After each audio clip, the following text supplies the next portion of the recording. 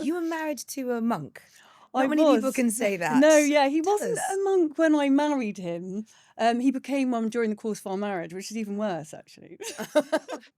Welcome to The Inner Table, the art of living well. And before we go any further, I have to do a big thank you to this season's sponsor, Coravan. And it's actually an amazing 20% off discount code on all of their products, but you have to wait to the end of the episode for that. So this is brought to you by Coravan. Save a life one perfect glass of wine at a time. With Coravan's wine by the glass systems, you're free to enjoy any wine at any time in any amount, whether you love bold reds, refreshing whites, or sparkling wines. And we do love them all. But also, Today we have an episode sponsor, and I love this so much. It's Poccovino, and if you're watching this, you'll be able to see. Poccovino is exactly what the Inner Table is about. Beautiful wine, no pressure to finish a whole bottle, no guilt, just a little moment of something lovely. Single-serve bottles that fit in your life, whether you're entertaining or having a quiet evening in. Just have a little wine. Simple. love it. And they're also so pretty. Look at those know. beautiful colours. I know. They look absolutely, everyone listening at home, you have to immediately try and Google them or go on YouTube because they are absolutely gorgeous, like a rainbow of mini joys. Anyway, who are we? I am Libby Brody. I'm the founder of Bacchus and Brody Wine Consultancy. I'm a host, judge, presenter, and City M's weekly wine columnist. Hi, I'm Anna Lancaster, a clinical hypnotherapist and an expert at rewiring the mind, and I'm also a mental longevity advocate, working with clients all over the globe to up-level their game. And today we have a wonderful guest with us I'm incredibly excited about. We have Jules Cameron, who is a DJ, comedian, content creator, and a presenter whose comedy reels have gone viral with millions of views. But here's what makes her really interesting. Her life story is one of complete reinvention. She was married to a monk. She's descended from pioneering artist Julia Margaret Cameron and now serves as vice president of the Dimbola Museum. She plays to some of the world's biggest clubs from Ibiza to London, and she uses her platform to champion Alzheimer's awareness, bringing joy and humour to difficult conversations. Jules sits at this incredible intersection of music, comedy and storytelling, with a focus on energy, life, enjoyment, and what it looks like to rebuild yourself completely. And that's what we're diving into today. Hello. Welcome. That was a bit of a mouthful. I know, I was going for it there. There's your So, introduction. Thank you for that. You were married to a monk. I Not many people was. can say that. No, yeah, he Tell wasn't us. a monk when I married him. He became one during the course of our marriage, which is even worse, actually. Okay, please go back to the beginning and tell us a bit more about this. So I got married, I think it was like 2017 now. And my ex-husband was a life coach, motivational speaker, athlete. And he used to do kind of challenges, and he did a big sort of cycling challenge. And unfortunately what happened was 2 days before the end, he was actually run over in a hit and run by a drunk driver. Oh my gosh. Yeah, in the middle of nowhere in Devon. Oh, Like literally, it was like crazy story actually that he was even Yeah. found. That he was eventually found, and he basically believes he died on the way to hospital. And then by the time I got down there, I was like 3 hours away, he had regained consciousness and he'd had about 12 operations.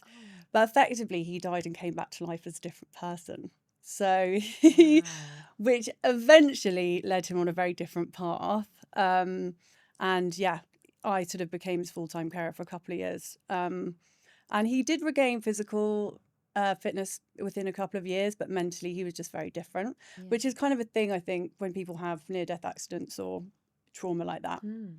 So then towards the end of our marriage, he decided he wanted to live a very different life. Yeah, I mean, that is very different. Very different, yeah. And so we separated. Next thing I know, he's popped to Thailand. And I didn't really know that he was definitely going to do that. But I went off and had a hot mess summer in Ibiza.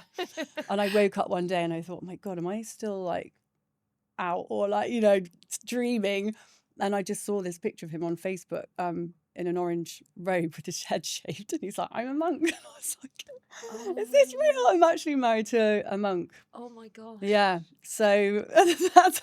I mean, what are the rules for marriage with monks? Did you Well, have to... I think it's like you can go and do like the training and live in a monastery for a certain amount of time. I think it's a bit more like part-time these days. Oh, you married to a part-time monk? Part-time Okay, monk. part-time I monk think in it's more Thailand. like Jay Shetty vibes. Do you know what I mean? Wow. I mean, that, I mean, I'm probably more of a hot mess summer person myself Yeah. than a Thai monk. Mm. That's I amazing. mean, it's a good story. It's an amazing story, and I'm sure that like it sort of led on to you developing in all these different ways that you never saw Yeah. coming Yeah, either. yeah. My life then was completely different. I mean, I was living in the countryside in the middle of nowhere, just like looking after him, have my dogs.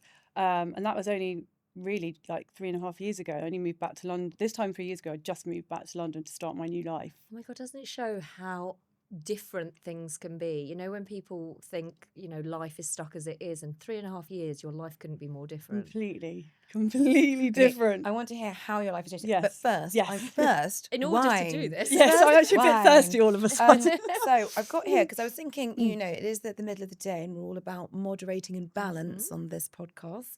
Anyway, I was sent this and I think it's a really intriguing idea. It's by 6% and it's therefore 6% Sauvignon Blanc.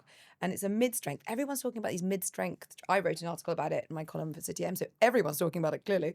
But I mean, lots of writers are talking about it because people are looking for a way to, they still want to have a bit of a buzz. They still want to have a little bit of an alcoholic drink, but not so much that they're gonna, you know, you could polish this bottle off and be absolutely fine. It's also only 52 calories a glass. And I'm using the Corovan pivot here because it can work on screw caps or cork. You just pop that in, pop that in. That's very helpful for people at home, but it's very easy. And then you just pour it like this and it fills the bottle with gas. So it actually preserves that wine for weeks and weeks, if not months. Can I pour this, send this over to you to give yourself a little pour? Let me You do mind it. doing I'll mine? do it Oops, first. doing mine as well. Thank you. But as you're as we're enjoying this, please yeah. can you describe more how your own, I mean your own version of yourself, because I think you were a married woman, you know, Yeah. and you have that version of yourself living in the countryside with dogs and a husband, Yeah.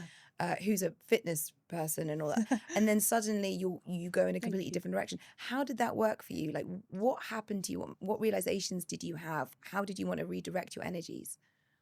Well, I had I'd always had an interest in performing, and I was always very creative. Actually, before everything happened with the accident, I was a jewelry designer, so I always knew I was going to be doing something creative. But that was always more of a part-time thing.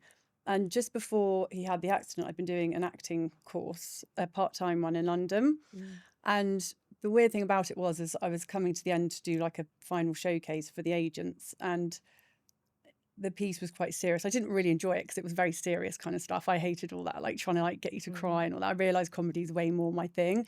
And she was like, "Oh, you know, to get this, you know, bit of emotion out, you know, imagine like your husband's been in a terrible car accident." So I went home and so I went home and obviously was trying to, you know, learn the lines and do all that. And the day of the performance, the night before, is when he had the accident. No. So I had to call her and tell her Oh. that's what happened. I know, it's absolutely that's crazy. quite dark. I know. Yeah. I mean, that's the sort of anti-power of manifestation. I mean, Yeah. that is. I know. I actually did.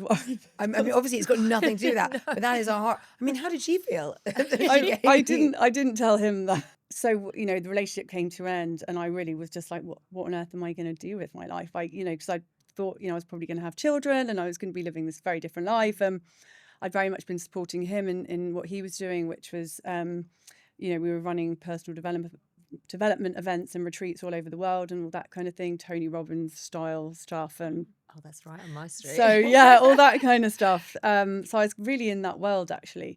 And then I was just found myself alone in this big house, but, you know, I was in a countryside house, like I said, in the middle of nowhere. And I'd started sort of doing the comedy sketches, and, you know, it was not a huge amount was happening with them, but I had all this time on my own. I was like, what am I going to do now? And I had a couple of months until the lease went up in the house, and I just did this one reel that really took off, and I think that kind of gave me the confidence to carry on with it, and that's sort of how the platform grew, and that's how I started, really. Because you are hilarious. I love thank watching you. your Yeah, stuff. I've been watching all your Instagram stuff. It's Oh, brilliant. thank you. But I do Yeah. think comedy is so unique because you have to have really good comic timing and ideas, and that I'm just not funny. I mean, you're quite funny, but you're Thank you. hilarious. Did you Thank always you. have you always been funny? Or that sounds like a bit of. Have you always been? Have I always been funny? Yeah, I've always been absolutely hilarious. No, my ex-husband did used to tell me that I was funny, and I was always, you know, putting on accents and impressions and things like that. And when I was a kid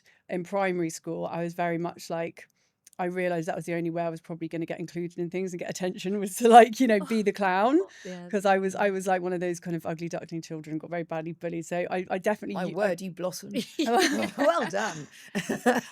but I definitely, I remember like in the playground, I'd start like, they would play like blind date in the playground and things like that. And I wasn't allowed to be a contestant. So I was still a black. So like from young age, I was like putting on characters and sort of, you know, creating my own little sketches and stuff. So it's definitely been there. And then I've just been drawing on my life experiences with the comedy.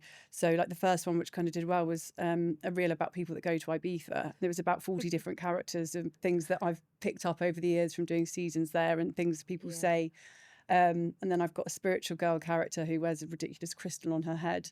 And I got a lot of that inspiration from going to retreats and plant medicine things and all those different crazy healing modality stuff that I did for a while. Wow, so you've really delved into different sort of sides of Yeah. this self-healing, Yeah. well-being. I mean, because your career is very, it's sort of a party lifestyle, isn't it? I mean, I think there's sort of the DJing and everything. You're surrounded by that. So how do you find balance? And what was the most wanky nonsense thing you tried that doesn't work? That's what I want to know. Gosh, well, it's hard to say. Like if something has worked, like, you know, you can look back and go, oh, well, you know, this has changed and that has changed. But certainly from doing the kind of more intense healing modalities like the plant medicines, I don't know if you're allowed to talk about those kind of things, are you? Like ayahuasca and Cambo and all those sorts of things. Yeah, you are. yeah, Okay. yeah, I know yeah, that, like, sure. but yeah, so I think ayahuasca I did find helpful in many ways. Cambo, which is like a frog poison that you get burnt into your skin. Yeah, I've seen that. That one, I can't, I'm not sure about that one. Everyone says, oh, I'm so happy once it's over. And that's because it's just such an awful experience that you're so happy that it's over. Like, it's honestly the most painful thing I've ever done. Yeah. Okay, so no frog poison. So I would say probably Not not for you, that Liddy. one. But yeah, I've tried all sorts of things. I mean, I think just things that are more ritualistic things that you can do on a daily basis, I find help me, like tapping. I do follow a guy Poppy. online called Poppy. Yeah, I follow Poppy as well. I started with a guy online through YouTube videos. That's how I found it, and then now I've found Poppy as well. But yeah, just kind of daily rituals like that I find helpful, and you know the journaling and like the gratitude and just getting outside in nature is a big thing for me. I'm really lucky to live near Hampstead Heath, so taking the dog there, that's kind of where I get my ideas. But yeah, it's definitely. The party thing, the first 2 years of DJing were a real struggle, actually, because I was just constantly saying yes to everything to try and get my career going. And I was just the late nights all the time. And then I ended up getting really sick. So that kind of gave me a bit of a shock. And so since that happened, I become much more conscious, and I'm much more, I think a lot more about what I say yes to now. And I'm just really into prioritizing sleep and, you know, hydration and all the things. How do you sleep if you're DJing all night? You don't. I've actually got a gig this Friday where I'm playing from midnight till 6 a.m. in Ibiza. So that's like a whole night just taken out, which I know that I'm going to obviously struggle for a few days after that to kind of... How do you balance that in the few days afterwards? It's very Or difficult. beforehand, is there stuff you do to prepare for it? I do try and like have disco naps. I'm not very good at them, but I do try and have disco naps. And just I always bring like electrolytes out with me and things like that. And yeah, you know, it's not really any perfect way to reset. Like you just are going to feel tired, and you have to kind of be okay with it. So you kind of just have to pick and choose your battles. But You seem like you're doing a lot to balance it out on the other side as well. yeah, But you're part of Discolicious, Yes. aren't you? With my fabulous friend Laura Fradowska, yeah. which I love. Yeah. But you get you guys, you're doing Universe, aren't you? Which is one of the Yeah. biggest. It's the biggest club in Ibiza. Isn't Yeah, it? I think it's the biggest club in the world. I think it. Yeah, I So think you're it is. DJing at the biggest club in the world. Is this Friday? Yeah. Wow, that's epic. Yeah. What are you going to wear? Oh gosh. Well, we've actually Discolicious have just done a collaboration with Terry de I Havilland. saw that on Instagram. So my boots are arriving tomorrow. So I'm definitely going to be wearing my disco boots. I haven't actually decided what I'm wearing Probably not very much. Those are 6 hours, like it's going to get hot and sweaty in there.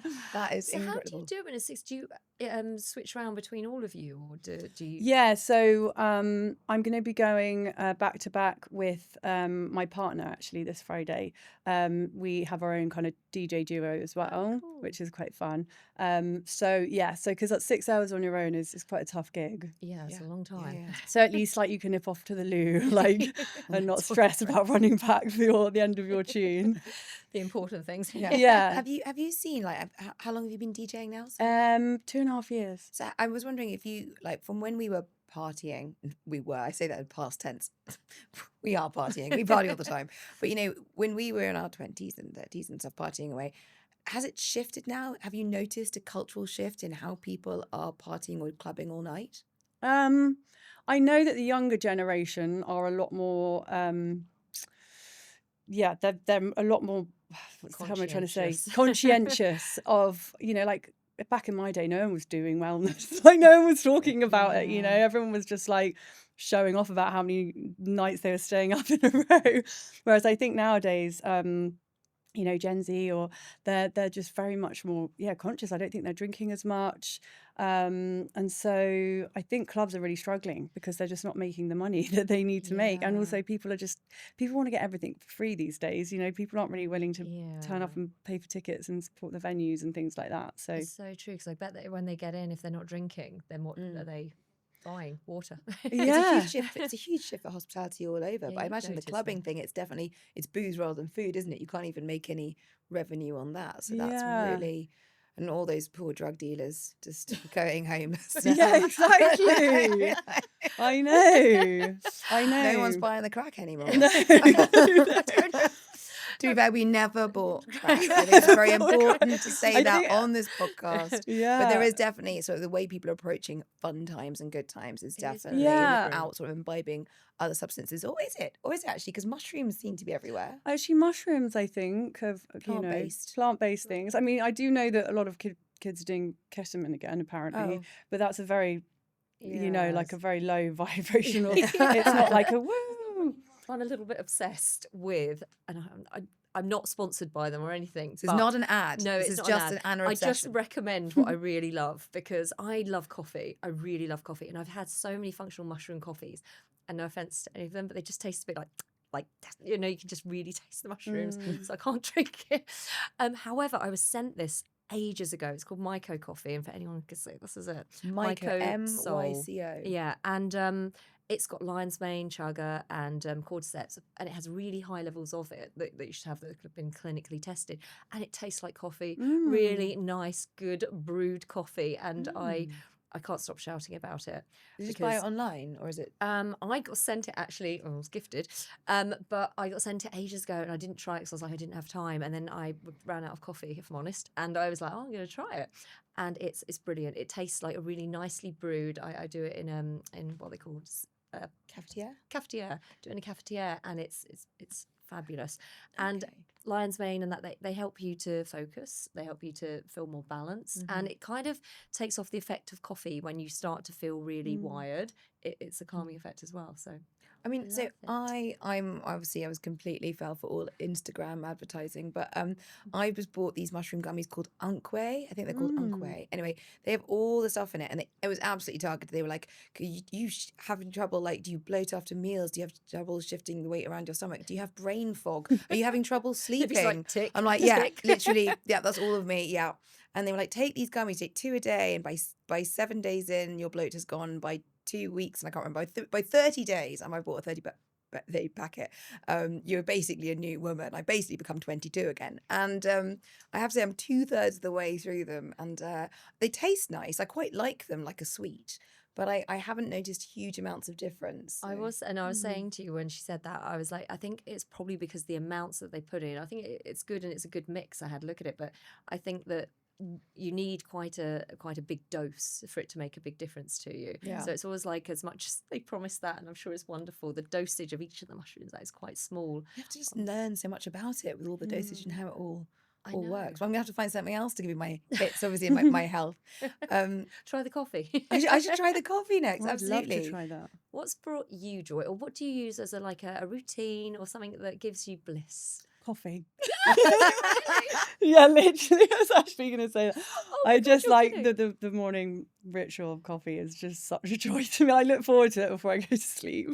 Like, I absolutely love coffee I do. so I'm much. like you. I like you. I love that. So where do you what is your favourite coffee? Oh gosh. A coffee shop or And what's the process? If you say the Yeah. ritual, how do you make your coffee?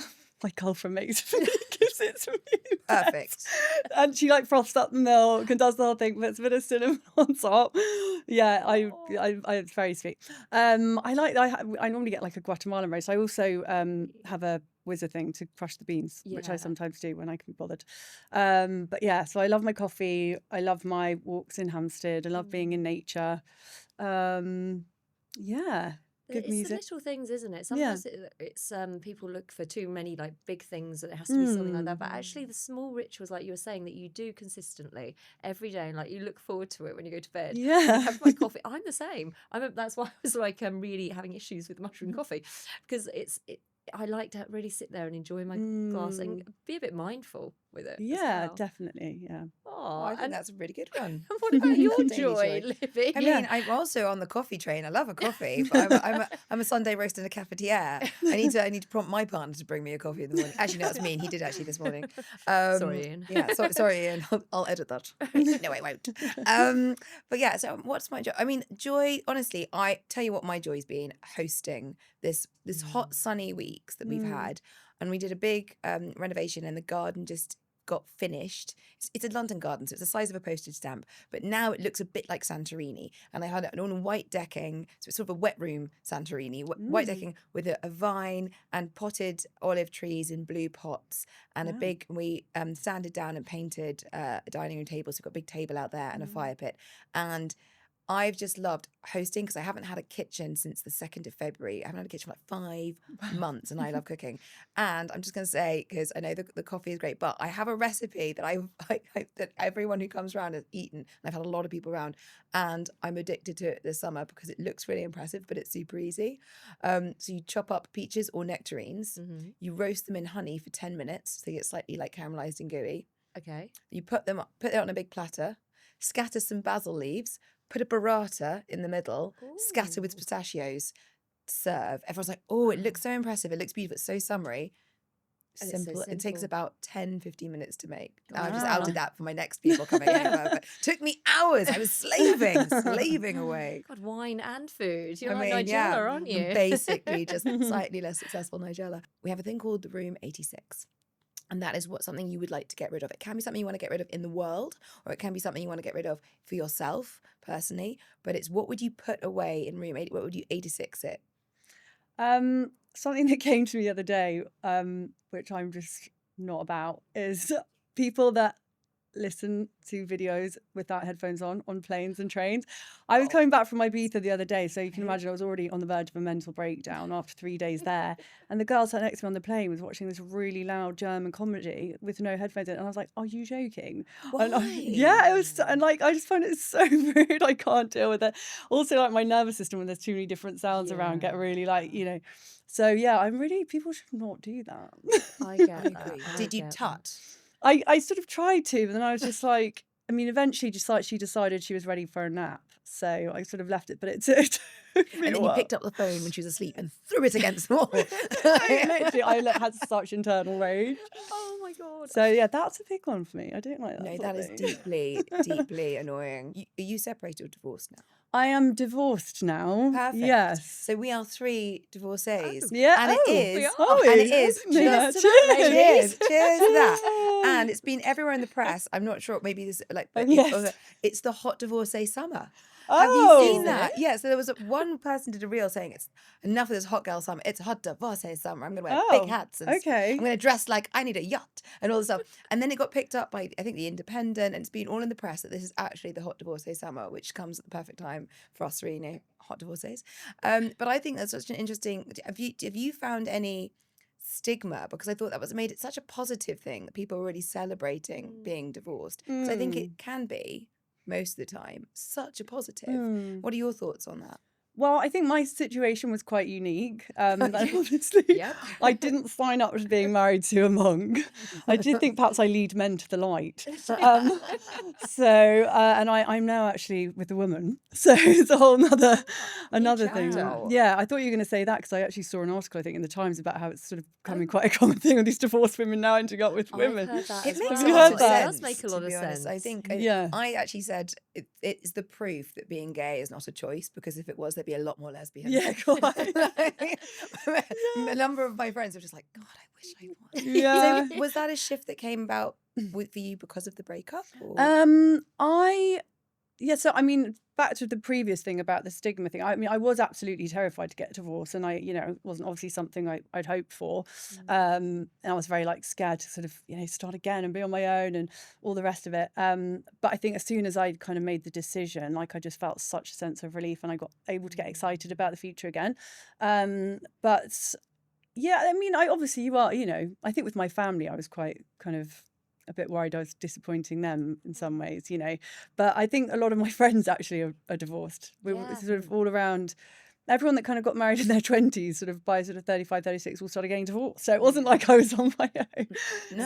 In some ways, I certainly had a circle around me. But I mean, I was single for 2 years, and I'd never really.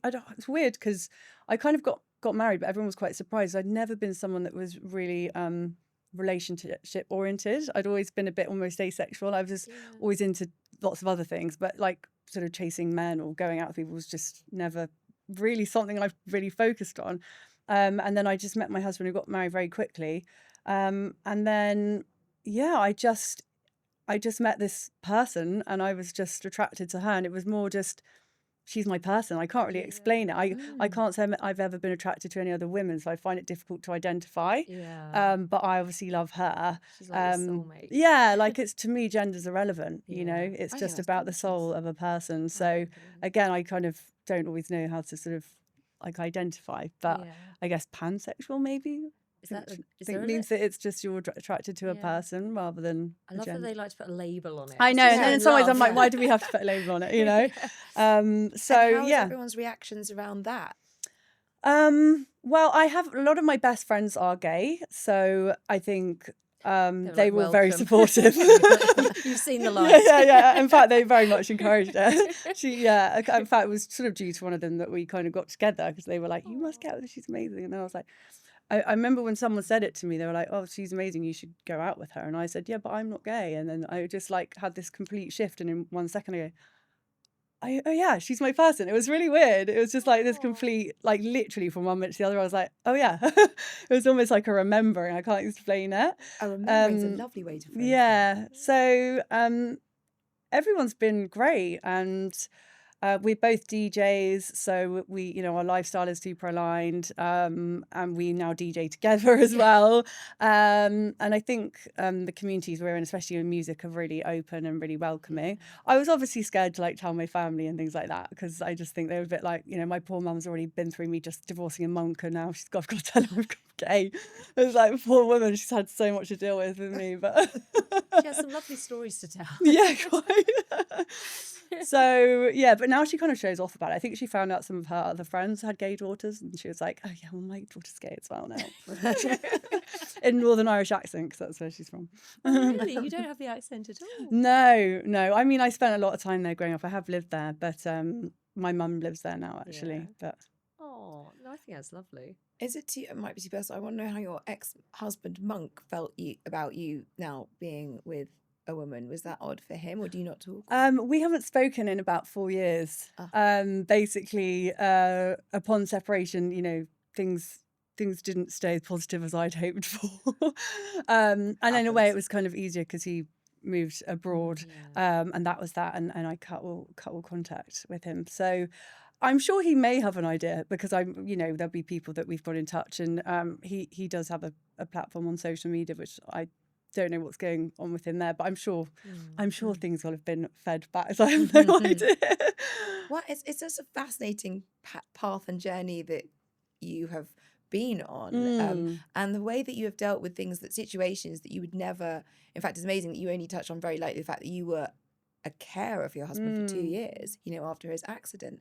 So there's a lot that you've gone through, and then you come out of it really beautifully and positively. And aside from DJing at the biggest club in the world on Friday, what else what does the future have in store for you? Gosh, well, I'm trying to write a book at the moment about my story. I mean, it's going to be a good book. Yeah, so I'm trying to get to grips with that. The ADHD is really strong at the moment, just trying to get the pen to paper.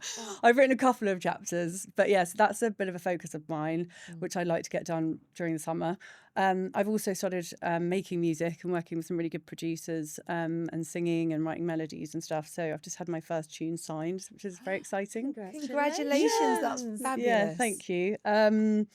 And then, just being creative. I'm doing more acting, and I've just signed with an acting agency, and I picked up a couple of jobs with them. So, just busy. I say yes to far too many things, but it's fun, and I just love to be creative, and God, you tick every box. It's like singer. Do you do dancing too? I like to dance. Not sure how well I'm do it. I'm very excited about this book, particularly. I think Yeah. that your story is so far-reaching and amazing, and such a unique story. So that's going to be. Do you have any idea when it might be out? I don't know. I've got to write it first and decide on the title. But I have one which I kind of floated at a publisher, and they were like, "That's it." I kind of said it as a joke, but he loved it. It was From Monk to Muff. That's genius. Yeah. I'm definitely buying that book. Yes. I am buying that book immediately. That's brilliant. I don't know if I see it in Waterstones. Maybe. There's a book in Waterstones called Slags at the moment, so why not? Yeah, there's one about the art of giving a fuck or whatever. Not giving a fuck. No, Oh my God, amazing. Strong hook, hopefully. And so where can people find you?